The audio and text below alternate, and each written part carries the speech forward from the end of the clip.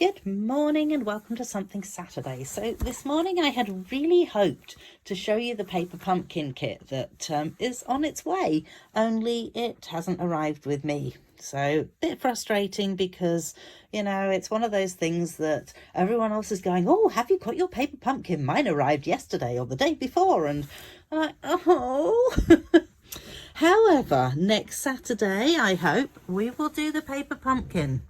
And in the meantime, I thought I would show you what I've made up for my Mother's Day gift for my mum, which should have been sent already, but clearly I've only just finished making it, so it's not sent yet. Thankfully, she's in England, so she doesn't really know when the Australian Mother's Day is, which was obviously last Sunday. But you know, I kind of figure something is better than nothing in the long run. So I bought these off Temu a little while ago, quite a while ago actually, and I've only just realised that the pens actually match the papers, and I have more pens than papers, but that's fine. I'm not sure if that's because I've already given some away or not. But yes, this is what I have here, and I just thought I would show you. So now that I've got them all there, I thought I would show you how to do what I did for Mum. So this is what I did for Mum. So it has just the it's kind of nice because they're sticky, so you peel it off and they're sticky notes, that's the word I'm after. And then I have put the matching pen down on the side so she can't lose the pen as well, and oh, hopefully it goes back in. There it is. My only problem is the fact that I've actually used ribbon that's well and truly retired, and I love the fact that it's stretchy ribbon, and Stampin' Up! Doesn't do stretchy ribbon anymore, so I'm going to have to work out something else to do with that now instead. But that's what I'm going to show you how to create anyway. So I thought I would use Splash of Sparkles Designer Series paper because I have had these 6 half sheets for some time, and I have done absolutely nothing with them because every time I look at them I go, whoa, that is so cool. I have no idea what to do with it. As you do. So here we go. We are going to use it because I actually reckon it would make an excellent covering for these. Now, when you get some of these designer series paper, they have this piece of cardboard in the back of them, which is really handy when you want to stiffen something up. So we're going to use some of that. I'm not going to use the one out of this particular sheet because obviously I still need that in there to protect.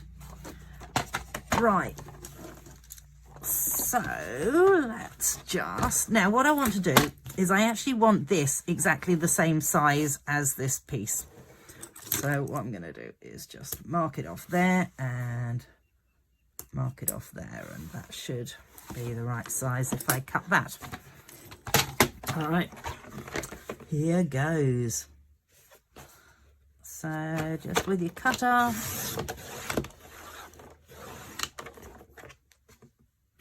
wow, that is not quite the right place.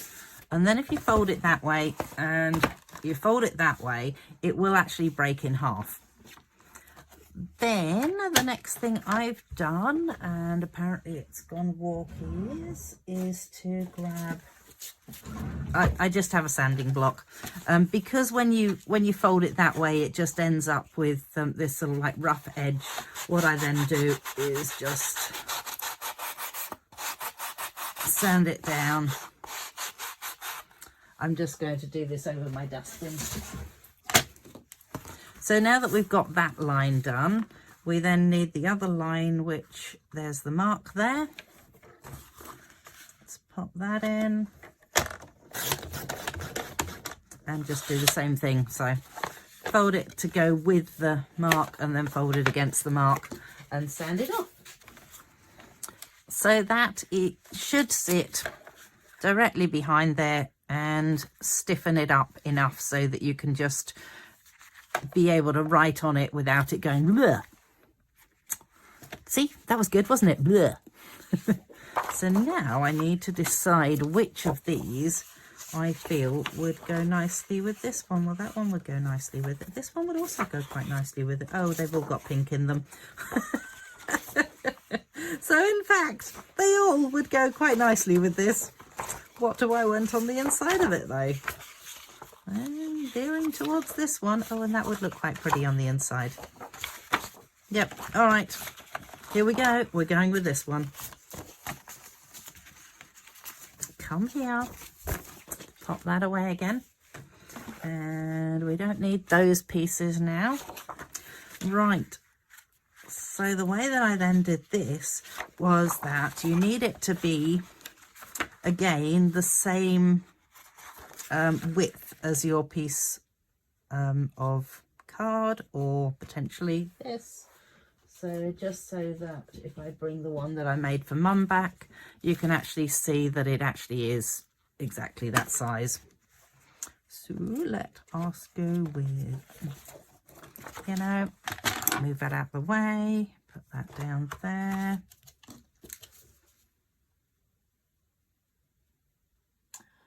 I give it a fraction more. Oh, why am I trying to use that pen? It's not the pen I want to use. There it is.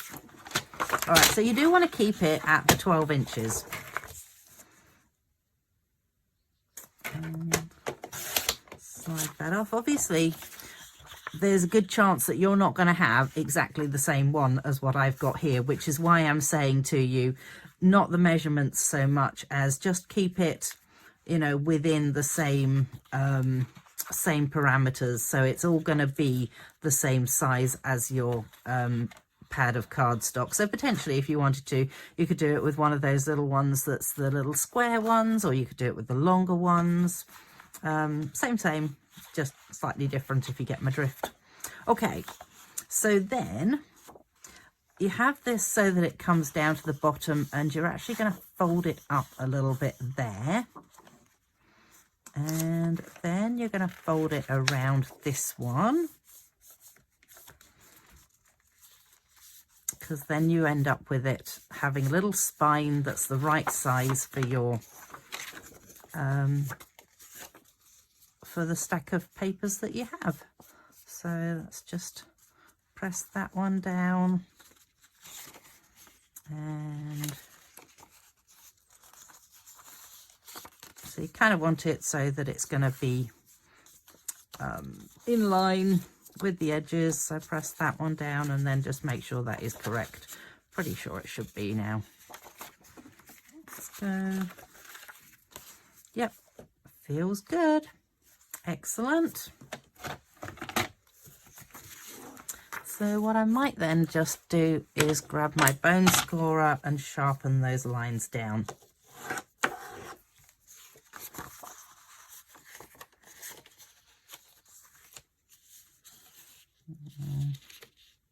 As I say, just make sure that the edges are squared up, because you don't really want it shifting off kilter, as it were. That's probably about 5 millimeters on this particular one. Let's have a little looky. Maybe 4 millimeters, 5 at the outside chance. Okay, so then we actually have the other end. There we go. That was tough to come out with, wasn't it? The other end. And pretty much it's kind of doing the same thing again. Apparently I have made mine very smidgeny longer, which is probably not a bad thing, actually. It will protect it a little bit more. Let's give that a bit of a... Oh.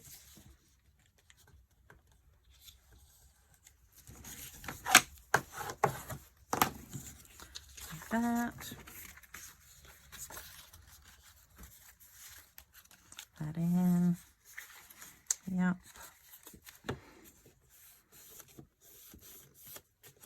That's looking good. All right. So I wish there was a way that I had found to be able to add some magnetic strip to that. But every time I buy magnetic strip, it never seems to hold terribly well. Anyway, let's carry on. So the other thing we want to do is we want to create something just to hold the pen alongside it, because it's a bit of a pain when you've got a pad and then you have to search around to find a pen as well. So I'm wondering whether we are going to be able to make it out of this. We may need to do this one maybe in just a smaller section or 2 sections. Well, one way or another. You pop your pen in and you place your designer paper around it. Line these 2 pieces up. And that should be about right. Then we're just going to cut it off to about there. See, it's all sort of like abouts with this, because you need it to have enough of a piece that is going to slide into there and hold, but equally it doesn't need to be the whole lot, because just you don't need to waste that much cardstock on it. If you get my drift. Okay, so we are going to go with that and take that piece off there. We're going to pop the pen back in and add some tear and tape to it. Oh, now that is what I did with the first one. Okay, so with the first one, what I did was I made sure that, so let's line it up like that. And then I want to know where it is that I want my tear and tape to come to. So this will slide in and out. So therefore, that is why I've then got myself a mark on there. And this is where I'm going to pop my tear and tape so that I know it's going to be the right size. So let's go ahead. And that piece was not long enough. Excellent.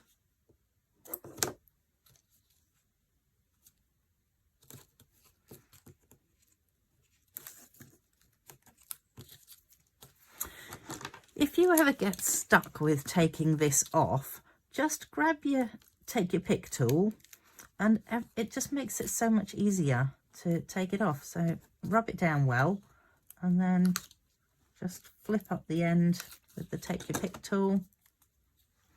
And I am going to add a wee bit going in that direction as well.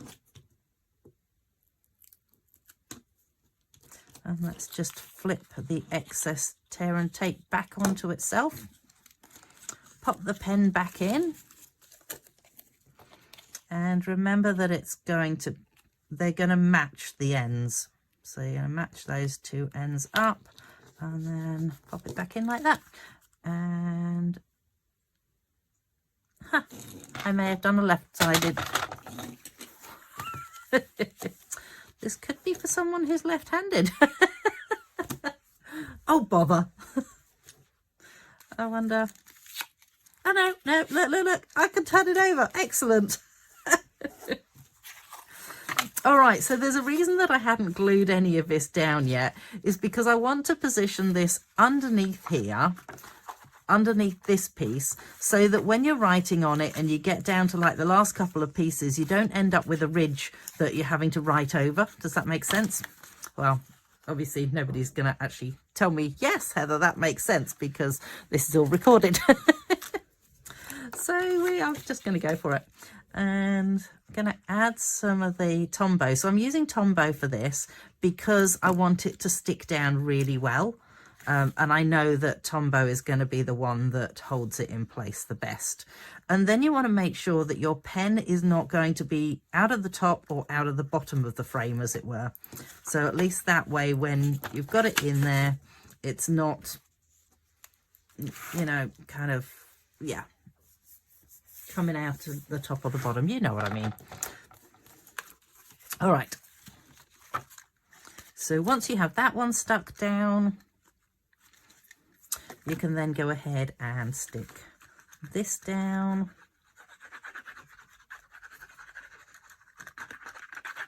Gotta love Tombow.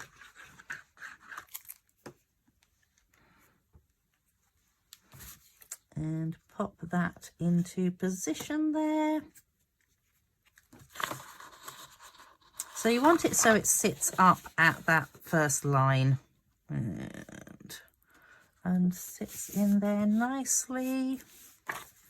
Beautiful. Then I am going to just add a little bit of the Tombow just on the very top, because I don't want the last piece to be completely unusable. And that then sits into there.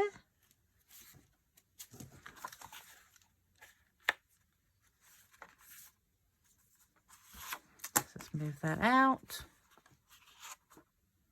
Great stuff. Wonder if I can make a piece of the oh great, that's not going to fit it. No, go in. There we go, it's back in. Phew. I have a heap of magnetic sheeting stuff. Let me just go and see if I can find some and see whether we can make it work. So I found some magnetic sheeting that I have stuck to the back of my door, because my door happens to be a metal door. And I have cut myself 2 strips that are 1/4 inch wide. And I'm hoping that maybe if I can attach them together like this and onto here like this. So when you use magnetic sheeting, I don't know if you've ever noticed this, but it doesn't exactly line up the way you expect it to. So if I was going to try and line it up directly to the edge, it's not going to work. So allow it to sit where it's going to sit and trim off the excess. And then decide how long you want it. So I'm kind of figuring I might as well maximize the benefit of it as much as I possibly can. And we're going to go with that much. Hopefully I cut it right. Yeah, that's pretty good. Then if I peel off one backing, I can add, I can add it to my fingers because it was sticking nicely. There we go. So there is that. And then let's peel off the backing on the R-bar sheet. And keep our fingers and toes well crossed. And attach it onto there. And I'm hoping that maybe, yeah, that kind of does seal. And it's never quite as sealed as I would like it to be, if that makes sense. I don't know whether I just buy the wrong sort of magnetic sheeting or what the deal is. But I'm not too unhappy with that, actually. That's all right. Yeah, look at that. Oh, look how much fun I could have with that. I can flip it backwards and forwards. So there you go. Anyway, that is just something that you can do that is randomly different, because, you know, it's something Saturday and it's very random around here. I would have loved to have got more stretchy ribbon, but I actually don't know where to buy stretchy ribbon from, and I couldn't be bothered to go to Spotlight earlier when I did the shopping, because you know what it's like. By the time you finish doing the shopping, it's like, oh. Okay, what else do I need to tell you about? There is an offer at the moment that if you are interested in joining Stampin' Up, which I probably should have mentioned this slightly earlier, but if you are interested in joining Stampin' Up, there is this incredible offer that you can get all 5 ink pads, the new ones, which look like this. They are magnetic, and who doesn't love a magnetic ink pad like that? They are so cool. Yeah, you can get all 5 of those ink pads for free. You basically use, I'll put the details in. Actually, I'll probably put them in slightly earlier into the video rather than right at the end of the video, because that's a bit ridiculous. People will have gone off now. Okay, well, thanks for hearing me waffle, and come back and join me next Saturday for some more waffling and some more interesting ideas. Hopefully the paper pumpkin. Okay, thanks, bye.